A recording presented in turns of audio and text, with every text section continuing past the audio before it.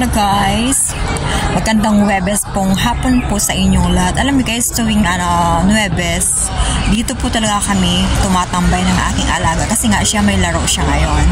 Pero alam niyo guys, nalungkot ako. Bakit?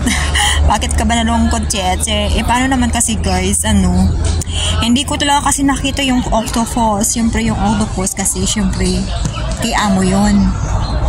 Binili yun. Ginagamit kasi yun namin sa pagta-transportation dito. Di kasi uso dito yung magbabayad nagkakaya sa Pinas, magbabayad ka ganito, ganyan. Sa kulay wala dito. Magtatap up ka lang. Bibili ka lang ng octopus mga MTR station.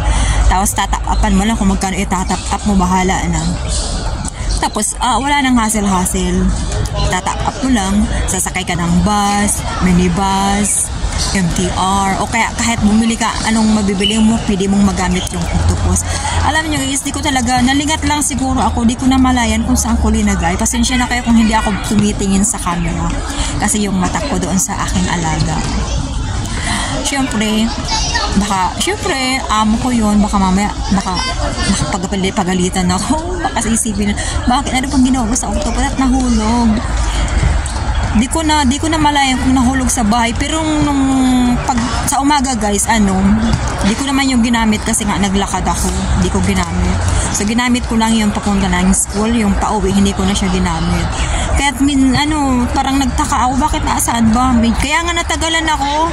Ginamit ko ngayon yung octopus ko na, tapos kinarga yung octopus ko nga, wala na talagang laman. Buti nga kahit paano, hindi naman ako nawawala ng pera.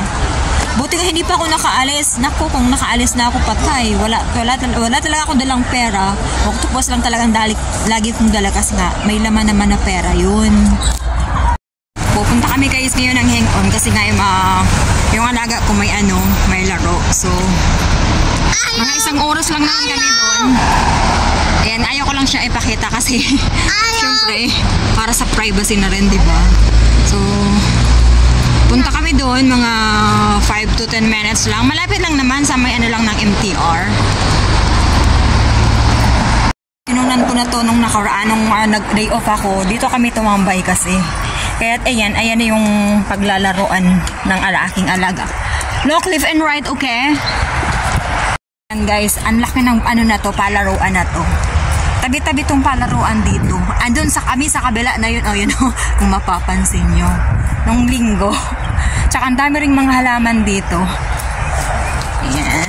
Mambay dito guys kasi nga talagang malawak, tahimik. Makikita mo lang yung mga laro ng bola, yung umpog ng bola, diba?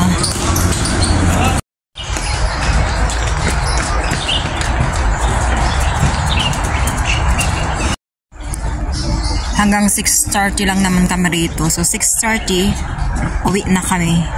Tapos makarating kami dito sigurado alas 7. Alas 7 sa bahay. Diretso magluluto na ako. Minsan wala nang diretso luto na. O kaya pag sinipag naman si amo, siya ang nagluluto, ako yung nagpapaligo sa dalawang alaga. Ganito guys ang buhay ng isang domestic helper dito sa Hong Kong. May schedule kada araw. Pero guys, di ko pa talaga makalimutan yung octopus ko. Kalimutan mo na yung octopus mo, Cheche. Mamaya mo na yun isipin. Hindi talaga ako makapag-concentrate. Alam nyo, parang nawalan ako ng gana sanang mag-vlog, magsalita sa ngayon. Pero no choice ako kasi kahapon hindi ako nakapag-upload. O kailangan ko mag-upload ngayon kasi ito yung goal ko. Mag-upload ng 3 times a week man lang, diba? Pero sana, pag nasa mood ako, alam nyo, pag wala talaga ako sa mood, ganyan, putol-putol yung pagsasalita ko. Kasi, syempre, may iniisip kang iba, diba?